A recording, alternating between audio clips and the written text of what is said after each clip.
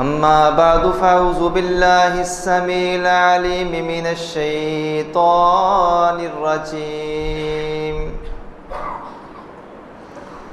بسم الله الرحمن الرحيم.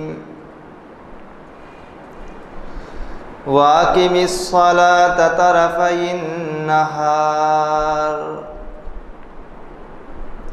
وزلفا من الليل إن الحسنات يذهبن السيئات ذلك ذکریٰ للذاکرین. ارشاد باری تعالی ہے اور دن کے کناروں میں اور رات کی کچھ گھڑیوں میں نماز قائم کرو، بے شک نیکیاں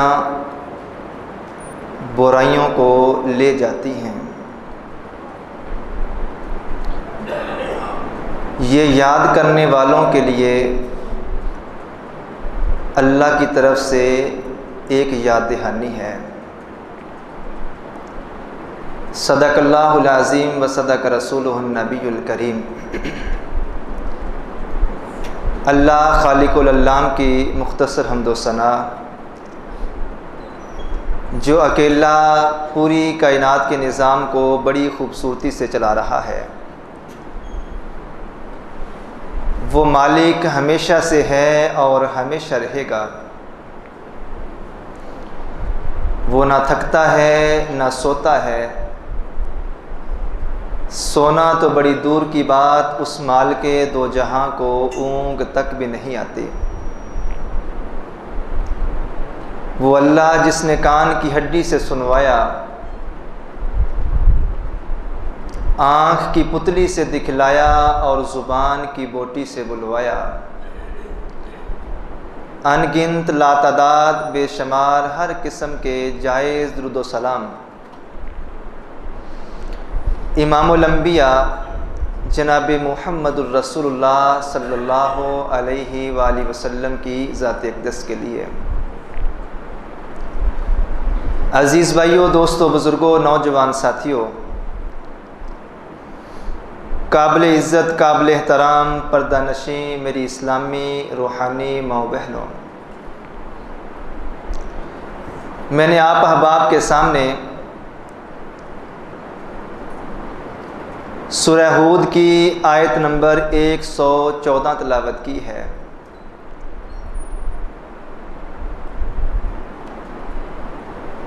وعدے کے مطابق آج کا ہمارا عنوان تھا ایسے اعمال جن کے کرنے سے انسان کی گئی نیکی ضائع اور برباد ہو جاتی ہے. مگر گزشتہ جمعے جو موضوع آپ احباب نے سنا، ایسے اعمال جن کے کرنے سے پیارے نبی صلی اللہ علیہ وآلہ وسلم نے فرمایا غفر لہ ما تقدم من ذنبی، جو شخص ان اعمال کو اپنا لے اللہ ان کی زندگی کے پچھلے گناہوں کو معاف فرما دیتا ہے. میں نے آپ احباب کے سامنے 9 ایسے اعمال، گناہوں کو مٹا دینے والے 9 اسباب آپ احباب کے سامنے رکھے تھے. دوستوں کی فرمائش پر کہ یہ موضوع اس کو چلایا جائے اور مزید اس کے متعلق بتایا جائے. اللہ کی توفیق و رحمت سے آج ہم 10واں ثواب، 10واں عمل جس کے کرنے سے اللہ تعالیٰ بندے کے گناہوں کو معاف فرما دیتا ہے، کوشش کروں گا اللہ کی توفیق و رحمت سے کہ آج کی ملاقات میں زیادہ سے زیادہ قرآن و سنت سے وہ اعمال، وہ اسباب آپ احباب کے گوش گزار کر سکوں۔ اللہ مجھے توفیق اور ہمت دے، اور آپ احباب کو اور مجھے سن کے سنا کے اللہ تعالیٰ ان اعمال کو اپنانے، اپنی زندگی کا نصب العین بنانے کی توفیق بھی عطا فرمائے۔ گزشتہ جمعے جو 9 اسباب، 9 اعمال آپ احباب کے سامنے رکھے تھے،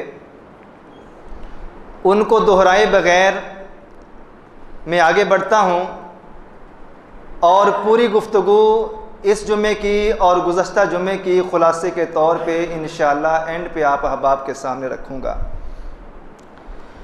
نبی کریم صلی اللہ علیہ وآلہ وسلم کے صحابی ہیں سیدنا حذیفہ رضی اللہ تعالی عنہ۔ کہتے ہیں کہ رسول اللہ صلی اللہ علیہ وآلہ وسلم نے فرمایا کہ ایک بندہ فوت ہوا، اللہ تعالیٰ نے اس کو اپنے سامنے کھڑا کیا، اور جب یہ پوچھنا شروع کیا کہ بتاؤ زندگی کن کاموں میں گزار کے آئے ہو، میرے بندے بتا تیرے پاس کون سا عمل ہے، کون سی نیکی ہے؟ تو اس بندے نے جواب دیا، میرے اللہ، میں تجارت کیا کرتا تھا، اور کاروبار میں میرے پیسے بہت زیادہ لوگوں کی طرف جمع ہو جاتے جو میں نے ان سے لینے ہوتے تھے۔ فَأَتَيَوَّزُ عَنِ الْمُؤْسِرِ، جو بندہ تنگ دست ہوتا میں اس کو مہلت دے دیتا، مقررہ ٹائم اور مقررہ تاریخ آ جاتی جب اس نے مجھے پیسے لٹانے ہوتے، لیکن وہ آ کے اپنی مجبوری بتاتا اور واقعتاً اس کی مجبوری ہوتی، میں اسے اور مہلت دے دیتا۔ وَأُخَفِّفُ عَنِ الْمُؤْسِرِ، اور جو بندہ دینے کی پوزیشن میں ہی نہ ہوتا، انتہائی غربت کی حالت میں ہوتا، میرے سے میری دکان سے سودا لے جاتا، اپنے بچوں کا پیٹ پالنے کے لیے گھر کا راشن لے جاتا، لیکن میرے اللہ مجھے محسوس ہوتا نہ یہ آج دے سکتا ہے، نہ یہ کل دے سکتا ہے، نہ آنے والے کسی دن میں اس کی پوزیشن ہے۔ غربت اس قدر ہے، لاچار اس قدر ہے، غریب انسان ہے، یہ میرے پیسے لوٹانے کی ہمت اور طاقت نہیں رکھتا۔ اے اللہ، جو دے سکتا میں اس کو مہلت دے دیتا، جو نہ دے سکتا ہوتا اللہ میں تیری رضا کے لیے اللہ اس کو معاف کر دیا کرتا۔ میرے نبی صلی اللہ علیہ وآلہ وسلم نے فرمایا، انسانوں کے اوپر کی گئی اس نیکی کی بنا پر اللہ تعالیٰ نے اس بندے سے فرمایا، فَغُفِرَ لَهُ، جا میرے بندے، تو نے میرے بندوں کو معاف فرما دیا، اور میں اللہ اس بات کا زیادہ حق رکھتا ہوں، جو میری خاطر کوئی عمل کرے میں اللہ بھی اس کے گناہوں کو معاف فرما دوں۔ اللہ کے لیے چھوڑ دینے والا، اللہ کے لیے معاف کر دینے والا، یہ ایسا عمل ہے کہ میرے رب کے پاس اس کی جزا میرے اور آپ کے گناہوں کی معافی کی شکل میں ہمیں ملے گی۔ 11واں پوائنٹ انتہائی اختصار کے ساتھ، رسول اللہ صلی اللہ علیہ وآلہ وسلم نے فرمایا، ہر روز جب صبح کو سورج طلوع ہوتا ہے، صبح سورج نکلا، اللہ کے اس بندے نے سورج نکلنے کے بعد فتوضا فاحسن الوضوء، سورج نکلا، اللہ کی مخلوق لوگوں کو روشنی پہنچانے کے لیے۔ اور اس سورج کے متعلق ایک بات سن لیجئے، گزشتہ جمعے میں نے آپ احباب کے سامنے یہ بات رکھی تھی، اللہ کی جتنی بھی مخلوقات ہیں، کسی مخلوق کے اندر یہ حوصلہ نہیں ہے کہ اپنے رب کی نافرمانی کر سکے. یہ حوصلہ صرف سرکشی انسان کے اندر ہی ہے. سیدنا ابو ذر کہتے ہیں ایک دن اللہ کے رسول صلی اللہ علیہ وآلہ وسلم نے میرا ہاتھ اپنے ہاتھ میں لیا ہوا ہے. کیسے نصیب اور مقدر کی بات ہے کہ شام کا ٹائم ہے, سورج غروب ہونے لگا ہے, تو میرے نبی نے سورج کی طرف اشارہ کر کے مجھے پوچھا, اے ابو ذر کیا تجھے معلوم ہے صبح مشرق سے نکلنے والا سورج مغرب میں آ کے جب غروب ہوتا ہے تو لوگوں کی نظروں سے اوجھل ہو جاتا ہے, چھپ جاتا ہے. کیا تو نے کبھی سوچا ہے یہ سورج کہاں چلا جاتا ہے؟ ابو ذر کہتے ہیں اللہ کے رسول مجھے نہیں معلوم, آپ کے رب نے آپ کو بتایا ہے, آپ مجھے بھی بتا دیجئے. میرے نبی نے فرمایا ابو ذر یہ سورج مشرق سے نکلتا ہے اور اللہ کے حکم سے مغرب کی طرف رواں دواں رہتا ہے. لوگ سمجھتے ہیں کہ شام کے وقت یہ سورج اپنی روشنی ختم کر کے غروب ہو چکا ہے, رات کی آمد ہے. لیکن ابو ذر سن لے, یہ سورج جو مشرق سے نکلا تھا مغرب میں جاتا ہے, حتی تسجد تحت العرش, اپنے رب کے سامنے سجدے میں جا کے گر جاتا ہے, اور اس وقت تک سر نہیں اٹھاتا جب تک اللہ اس سورج کو سر اٹھانے کا حکم نہیں دیتا.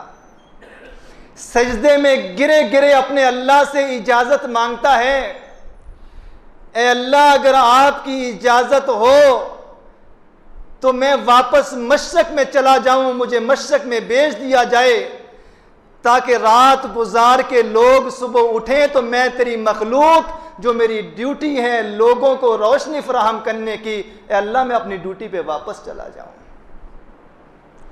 اے ابو ذر جس دن سورج کو سر اٹھانے کی تیرے رب نے اجازت نہ دی وہ دن اس کائنات کا آخری دن ہوگا. اس دن پھر سورج مشرق سے نہیں نکلے گا بلکہ سورج مغرب سے نکلے گا, اور وہ دن قیامت کا دن ہوگا اور آخری دن ہوگا اس کائنات کا. بتانا یہ چاہتا ہوں میرے اور آپ کے لیے سبق کی بات یہ ہے کہ سورج روزانہ مشرق سے نکلتا ہے اور روزانہ مغرب میں جا کے غروب ہوتا ہے. کوئی چھٹی نہیں ہے, کوئی بہانہ نہیں ہے, کبھی لیٹ نہیں ہوا. جس رستے سے اللہ بھیجتا ہے اسی رستے سے جاتا ہے, جس رستے سے اللہ واپس بلاتا ہے انہی رستوں سے واپس آتا ہے, اور جس ٹائم اللہ پہنچنے کا واپس جانے کا حکم دیتا ہے اللہ کے حکم کی کبھی نافرمانی نہیں کرتا.